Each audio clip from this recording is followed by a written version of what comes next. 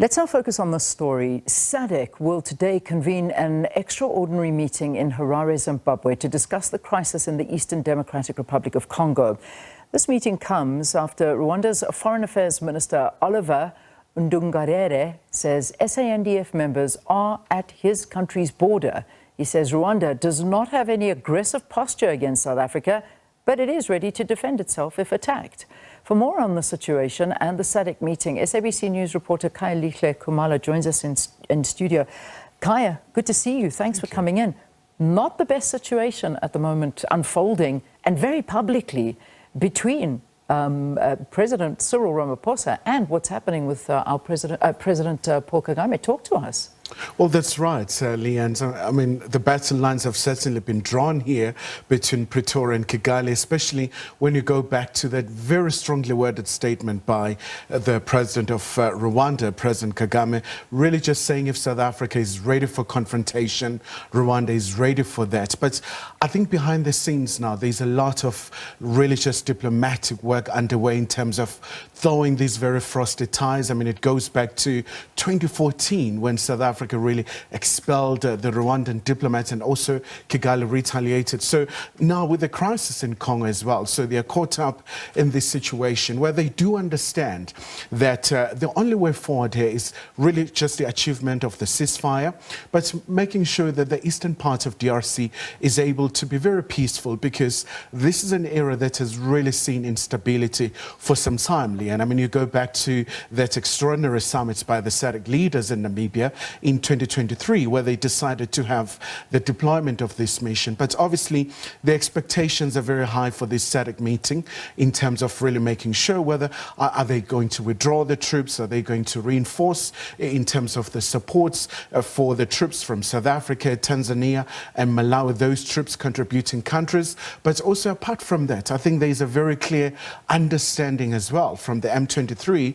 I mean, they still do insist that they want to go all the way to Kinshasa. They don't want to limit themselves just to Goma. They want to go all the way, but also from President Tshisekedi as well, saying he's going to recapture some of the territories that have been taken by M23. So, you know, the standpoint of South Africa is that they are part of a peace mission, and it's unacceptable that troops, 13 of them now, of our soldiers have been killed.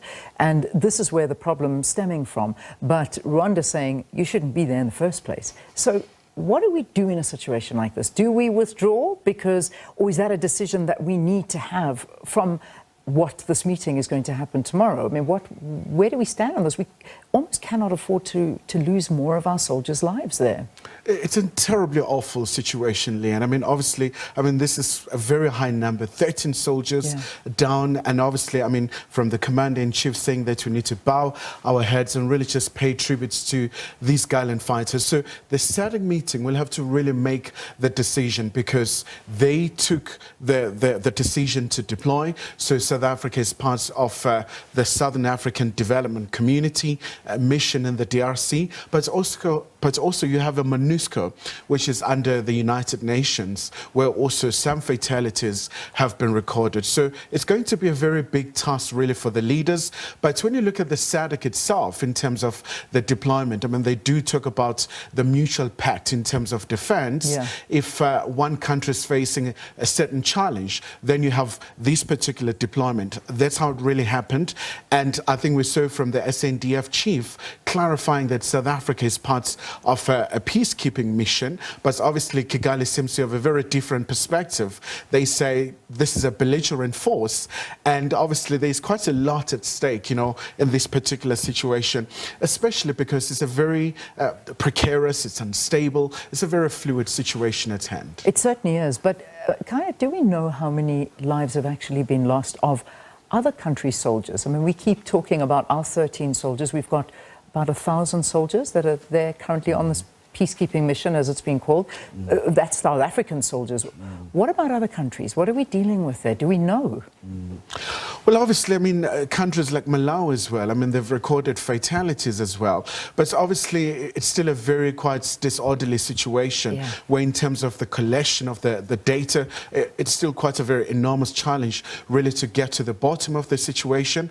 But something that's very clear for the SADC leaders as well is that instruments like Luanda processes should be revived, where we see the negotiations between the DRC and Rwanda, of course led by the Angolan president, also is going to be the incoming AU chairperson, a very big task, especially because you look at the context of the recent East African community leaders. Tshisekedi did not attend that meeting. Again, the call about the ceasefire, for the cessation of the hostilities, and for M23 to withdraw from the territories of DRC. So we expect also a very similar call from this particular SADC meeting. Yeah, and also a focus in on how well equipped this force is to be there, because that's been also something under discussion. I mean, we saw both Minister Angie Motshekga and Deputy Minister Bantu Holomisa at the same press conference talking about this almost completely different things. So it's a very, very precarious situation, and I hope something comes of this very, very soon. Kai, thank you. Thank you so much for being with us here in studio. Kai Lihle Kumalo, taking a look what's happening in the DRC. And of course, you know that extraordinary meeting in Harare, Zimbabwe is going to be convened about the crisis in that Eastern Democratic Republic of Congo happening today.